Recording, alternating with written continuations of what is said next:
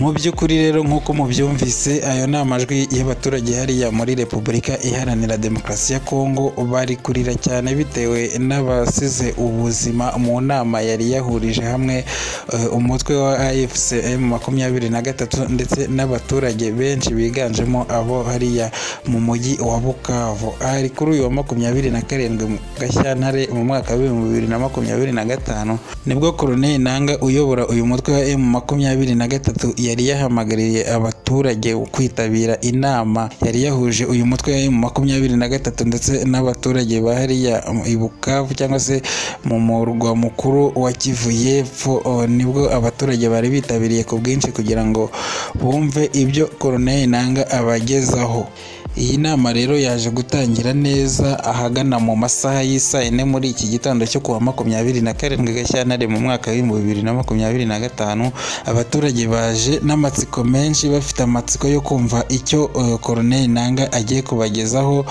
Uyu Nanga yafashe ijambo asezeranya abaturage bahariya mu mujyi wa Bukavu ko mu minsi 2 abarwanyi ba M23 bazaba bamaze kwinjira muri teritwari ya Uvira kandi ko bazashyiraho guverineri mushya w'intara ya Kivu y'Epfo. Yakomeje kandi abwira abaturage bahariya muri Kivu y'Epfo ko ugiye kubashyiriraho ubuyobozi bwiza cyangwa se gusubiza ibintu ku murongo, abantu bagakomeza bakagira umutekano uhagije, bakishyira bakizana mu by'ukuri. Yagize ati mbasezeranyije ko mu minsi 2 tuzaba turi muri Uvira kugira ngo tugarure umutekano, kandi ko hariya mu mujyi wa Bukavu bagomba gushyiraho cyangwa se umutwe wa M23 ugiye kubashyiriraho guverineri mushya w'uriya mujyi, ndetse kandi ko azashyiraho abavisi cyangwa se abungirije guverineri bagera kuri 2, akabashyiriraho kandi meya w'umujyi ndetse na ba burugumesitiri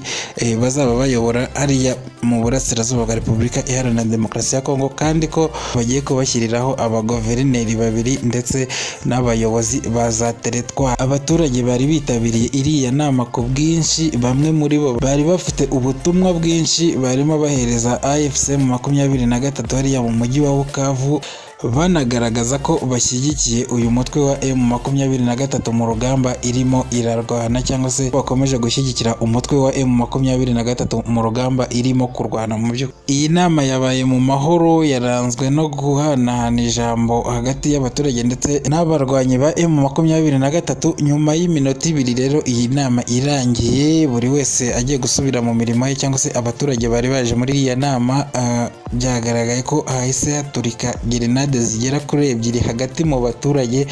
Benshi barapfa, abandi barakomereka ku buryo bukomeye cyane, ku buryo hari n'abahasize ubuzima batari bake. Nyuma y'uko abaturage bitabye Imana bitewe n'izo grenade zaguye hariya mu mujyi wa Bukavu hagati mu baturage bari bitabiriye iriya nama, Nanga n'abandi bayobozi ba M23 ntacyo babaye muri iryo turika ryaturikiye ahaberaga inama. Mu by'ukuri abashinzwe umutekano w'aba bayobozi ba M23 bahise babakura ahaberaga iyo nama byihuse by'igitaraganya. Mu masangano y'umujyi wa Bukavu ahazwi nka Place de l'Independance hagaragaye imirambo y'abaturage benshi biciwe muri iki gitero kitaragaragara mu by'ukuri, cyangwa se hataragira umutwe n'umwe ukigamba cyangwa se ugaragaza ko ari wo washatse guhungabanya umutekano wa M23. Perezida wa M23 mu bya politiki Bertrand Bisimwa yatangaje ko iki gitero cyari kigamije kwica Nanga nyuma y'aho ubutegetsi bwa RDC cyangwa se bwa Repubulika Iharanira Demokarasi ya Kongo bugaragaje ko bufite umugambi wo gukuraho cyangwa se kwica uyu muyobozi wa M23 Colonel Nanga. Uyu Bertrand yakomeje avuga ko kuri uyu wa 4 tariki ya 27 Gashyantare mu mwaka wa 2025, nyuma y'iminota mike inama irangiye, ingabo z'umubisha zajugunye ibisasu mu basivili bari bitabiriye iyi nama, aho hapfuye cyangwa se aho abasize ubuzima ari benshi cyane, abandi bakaba bari kwihutanwa ku bitaro bya hariya mu mujyi wa Bukavu. Yakomeje avuga ati twamaganye ubugizi bwa nabi bwa leta ya Kongo cyangwa se bwa leta ya Kinshasa, bitewe n'uko mu minsi myinshi ishize leta ya Kinshasa yakomeje kurasa ibisasu byinshi ahantu bigaragara ko hateraniye abaturage benshi. Yahise agaruka nk'ariya muri Kivu y'Epfo ko Repubulika Iharanira Demokarasi ya Kongo yakoresheje indege za drones mu kurasa abaturage bahariya muri Kivu y'Epfo.